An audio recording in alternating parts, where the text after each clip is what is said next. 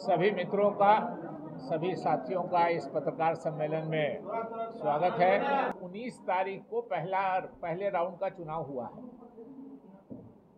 रात तक पोलिंग की खबर आती रही, पर ऐसा लगता है कि प्रधानमंत्री को उनकी जो एजेंसियां हैं सरकारी, उन्होंने 20 तारीख को ये कन्फर्म कर दिया कि भारतीय जनता पार्टी और एनडीए गठबंधन हार रहा है चुनाव। और ये संयोग नहीं लगता है कि 20 को वो कन्फर्म हुए हैं कि हम हार रहे हैं। 21 को अपने पहले भाषण में नरेंद्र मोदी जी ने सबका साथ सबका विकास का नकाब खींच के फेंक दिया और हिंदू मुस्लिम की व्याख्या करने लगे कि कौन हिंदू है, कौन मुसलमान है, कौन वोट देगा, कौन वोट नहीं देगा। एक देश का प्रधानमंत्री, और मोदी जी कुछ दिनों से सबका साथ सबका विकास पर ज़्यादा जोर दे रहे थे, लेकिन लगा कि वोट नहीं आने वाला है, वोट नहीं आ रहा है, तो ये जो बीजेपी का टाइम टेस्टेड एक फार्मूला है कि हिंदू मुस्लिम को लड़ाए। हिंदू मुस्लिम की कोई लड़ाई इस देश में नहीं हो सकती है। 15% इस देश में मुस्लिम समाज के लोग हैं, 80% हमारे इस देश में हिंदू समाज के भाई हैं। 100 में 80 अब 15 में कोई लड़ाई नहीं हो सकती है, लेकिन एक काल्पनिक लड़ाई नरेंद्र मोदी जी और उनकी पार्टी का ये है, और इसीलिए उन्होंने अब विकास का मुद्दा छोड़ दिया। कांग्रेस के मैनिफेस्टो में कहीं हिंदू या मुस्लिम इस शब्द का उपयोग नहीं किया गया। हमारे जो राष्ट्रीय अध्यक्ष हैं मल्लिकार्जुन खड़गे जी, उन्होंने प्रधानमंत्री से समय मांगा है। प्रधानमंत्री समय नहीं दे रहे हैं कि हम समय मांगा है खड़गे जी ने कि हमको समय दीजिए, हम आपसे मिलके अपना मैनिफेस्टो दिखलाएंगे कि इस मैनिफेस्टो में हिंदू मुस्लिम शब्द का दोनों में से कोई शब्द नहीं है। लेकिन आप झूठ इस देश की जनता को आप गलत बात कर रहे हैं। 140 करोड़ लोगों में कितने लोग जो पढ़े लिखे हैं मैनिफेस्टो पढ़ रहे हैं। और नरेंद्र मोदी जी के प्रचार से ये फायदा हुआ है कि पिछले 3 दिन में 40 लाख मैनिफेस्टो कांग्रेस का डाउनलोड किया गया है, इसलिए कि उसमें कहीं उस शब्द का नाम नहीं है और प्रधानमंत्री जी शुरू कर दिए। तो स्वाभाविक रूप से ये इस बात को दर्शाता है कि भारतीय जनता पार्टी, हमारे देश के प्रधानमंत्री अमित शाह जी या जो आरएसएस के लोग हैं, पहली बार आपको एक बात और बताते हैं आरएसएस के बारे में है कि वो साथ नहीं दे रही। और इन 10 वर्षों में इस चुनाव के बीच में पहली बार पहले फेज के पोलिंग के बाद नरेंद्र मोदी जी नागपुर गए आरएसएस हेडक्वार्टर में और रात वहीं गुजारी। इस बात से आप समझ ले सकते हैं कि प्रधानमंत्री की स्थिति क्या है। तो स्वाभाविक रूप से इस बात को देश की जनता को, आपको, मिथिलांचल के लोगों को आपके माध्यम से हम लोग बताने की कोशिश कर रहे हैं। आज हम लोग सब साथी जमा हुए हैं यहाँ। हमारे मधुबनी लोकसभा के उम्मीदवार हैं अली अशरफ फातमी साहब, जो राष्ट्रीय जनता दल के हैं। आप सभी को मालूम है, मैं यहाँ से सांसद था।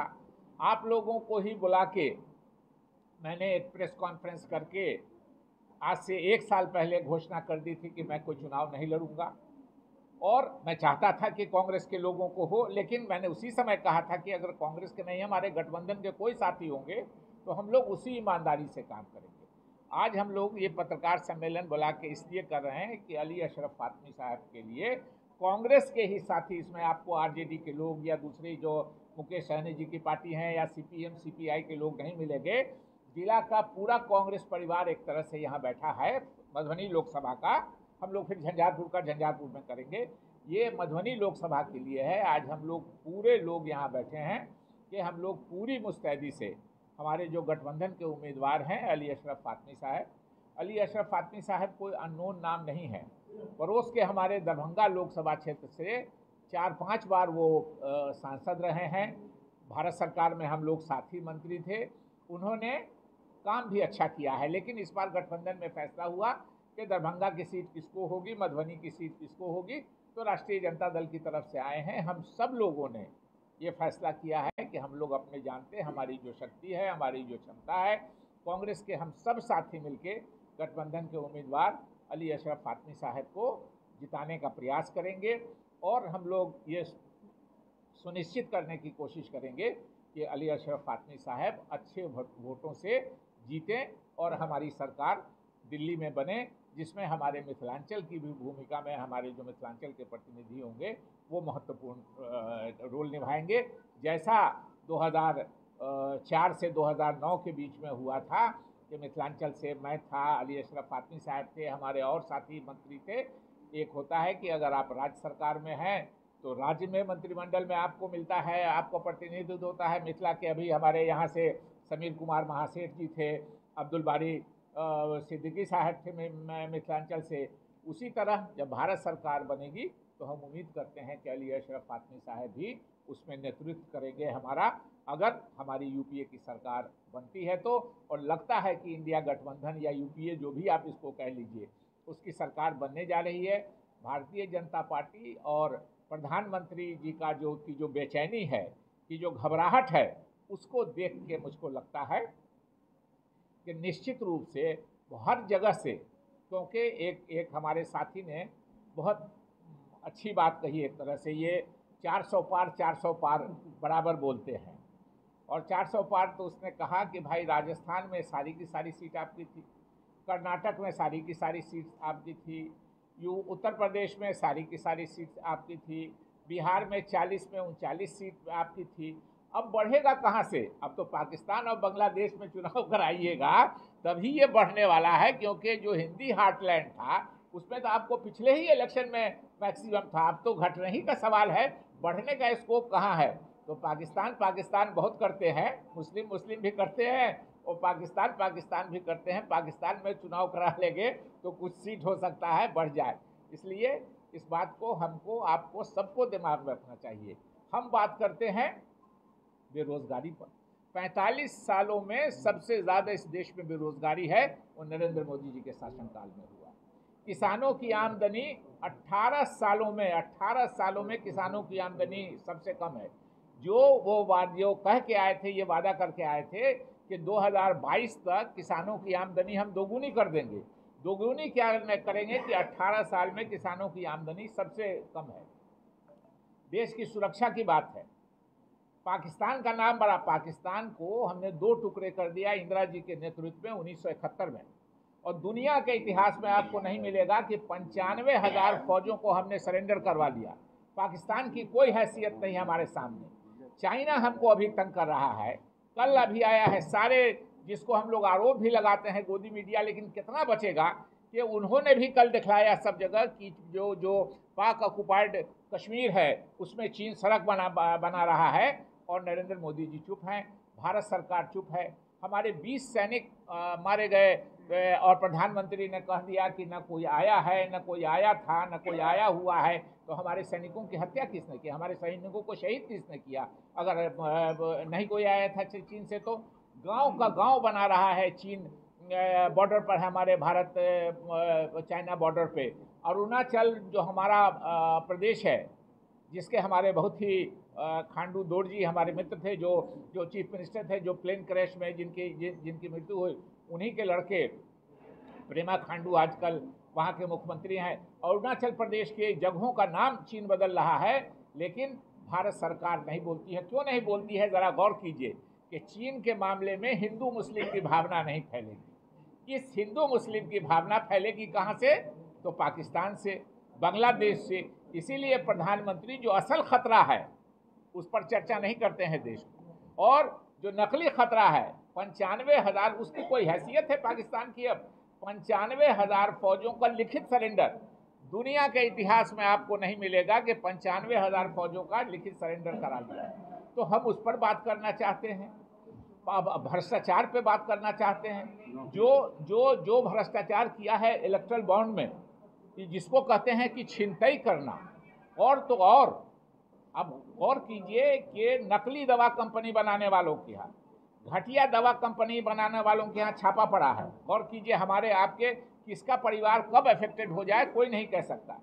छापा पड़ा है नकली दवा बनाने वालों के यहाँ। उसने 3 दिन के बाद इलेक्ट्रल बॉन्ड खरीद करके पैसा जमा किया है भारतीय जनता पार्टी को, उसको अलाउ कर दिया गया है, बनाओ नकली दवा। और नकली दवा बना के देश के कितने लोगों को उसका असर हुआ होगा आप समझ सकते हैं। आज सीबीआई और ईडी ने छापा मारा है, और उसके 4 दिन के बाद वो जिसके यहाँ छापा मारा है वो इलेक्ट्रल बॉन्ड से पैसा दे रहा है इतना बड़ा भ्रष्टाचार, ये दुनिया का सबसे बड़ा भ्रष्टाचार है। अभी तो पीएम केयर फंड बचा ही हुआ है। पीएम केयर फंड में रेलवे से पैसा दिलाया है, पीएसयू से पैसा दिलवाया है। जो सरकारी काम करने वाले कर्मचारी हैं उनका दरमाहा काट काट के पीएम केयर फंड में। आप कहते हैं कि ये प्राइवेट फर्म है, इसका एजी से कोई नहीं हो सकता है, सीएजी से, कंट्रोलर एंड अकाउंटेंट जनरल से इसकी कोई समीक्षा नहीं हो सकती है। सरकार बदलेगी तो सबकी समीक्षा होगी। और जो लोग आज सरकार के साथ ईडी और इसके पदाधिकारी भी खड़े हैं, नरेंद्र मोदी की सरकार बदलने पर उनकी नौकरी नहीं खत्म होगी। उन्होंने क्या किया है नरेंद्र मोदी के शासनकाल में, इसकी भी समीक्षा होगी सीबीआई और ईडी के पदाधिकारियों की। अभी गवाह बनाया है हमारे जो गठबंधन के हमारे साथी हैं अरविंद केजरीवाल, उनके खिलाफ जो ईडी ने 4 का 4 गवाह खड़ा किया है, चारों का चारों बीजेपी के फंक्शनरी हैं, चारों के चार।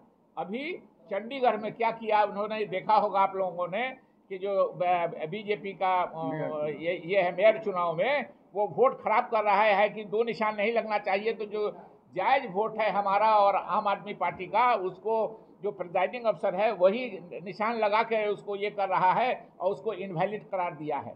ये है इनका जनतंत्र का, ये जनतंत्र के मूल्यों का ये है। इसलिए देश की जनता को एक चीज़ और कोई पूंजी इनकी नहीं है। अंग्रेज भी यही करते थे। आज जो भी लड़ाई भारत में बड़ी मामले में धर्म का टकराव की बात होती है, ये सारी की सारी लड़ाई अंग्रेज़ों की लगाई हुई। अंग्रेज़ों ने 1857 में देश तो कब्जा कर लिया था, लेकिन कब्जा करने के बाद उनका शासन और बढ़ाना था लगातार, तो उन्होंने बहुत अच्छा रास्ता चुना। 60% उस समय हमारे देश के हिंदू समाज के लोग थे, 35% मुस्लिम समाज के लोग थे, 95% को लड़ाइए। ये लोग आपस में लड़ते रहेंगे, अंग्रेज राज करते रहेंगे, हमारा लूट का खजाना लेते चले जाएंगे, इंग्लैंड ले जाएंगे, अपना कानून बनाएंगे। शशि थरूर जी का नाम आपने सुना होगा। शशि थरूर हमारे एमपी हैं, त्रिवेंद्रम के बड़े काबिल आदमी, विद्वान। उन्होंने कहा कि इंग्लैंड के म्यूजियम में जाइए तो लगेगा कि इंडिया के चोर बाजार में हम आ गए हैं। जितनी चीज़ हमारे यहाँ से चोरी कर करके वो अपने यहाँ म्यूजियम में रखे हुए हैं। वही हाल किया है नरेंद्र मोदी जी और उनकी पार्टी ने, कि 80% अभी हमारे देश के हिंदू समाज के भाई हैं, 20% मुस्लिम समाज के भाई हैं, 95% को लड़ाइए। ये उसी में लड़ेंगे, हमारी चोरी, हमारी बेईमानी, हमारा निकम्मापन। बताइए तो कि जिसने वादा किया था कि हम 2 करोड़ नौकरी देंगे, वो 45 सालों में सबसे ज़्यादा बेरोजगारी हमारे इस पर है। इसलिए इन सब बातों को हम बता के मिथिलांचल की जनता को, मधुबनी के लोकसभा की जनता को ये बता के, ये अवगत करा के, और इसमें जनतंत्र में आप चौथे स्तंभ है, आपको भी समाप्त करने की कोशिश की जा रही है, आपको भी दबाव बनाया जा रहा है। महसूस करते होंगे आप लोग, दबाव बनाने की कोशिश हो रही है मीडिया पर कि जो हम कहते हैं वही दिखलाओ, जो हमारी तारीफ है वही करो। लेकिन आत्मसम्मान वाले लोग हर जगह हैं, और मीडिया में तो मीडिया की तो ऐसी कहानी है, ऐसे बड़े बड़े शासकों से मीडिया लड़ा है इस देश का। हम आपको आह्वान करते हैं कि निश्चित रूप से सच्चाई लोगों को बताइए, मिथिलांचल के लोगों को बताइए।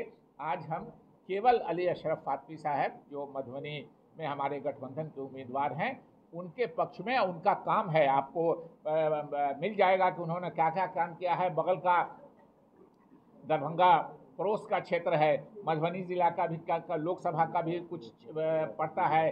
दरभंगा में क्योटी और जाले जो है वो दरभंगा जिला में पड़ता है। अली अशरफ फातमी साहब ने अच्छा काम किया है। यहाँ भी वो सांसद बन के, और भगवान करे हमारी सरकार बन जाए, मंत्री हो जाए, तो मंत्री बन के हमारे लोगों को भी फ़ायदा पहुँचेगा और हम लोगों को भी संतोष होगा कि हमने जिसके लिए काम किया, जिसके लिए हम लोगों ने वोट मांगा, वो जीते भी, मंत्री भी बने, और मिथिलांचल को उनकी इससे फ़ायदा होगा। मैं इसी के लिए आपसे आज प्रेस को मैंने संबोधन किया।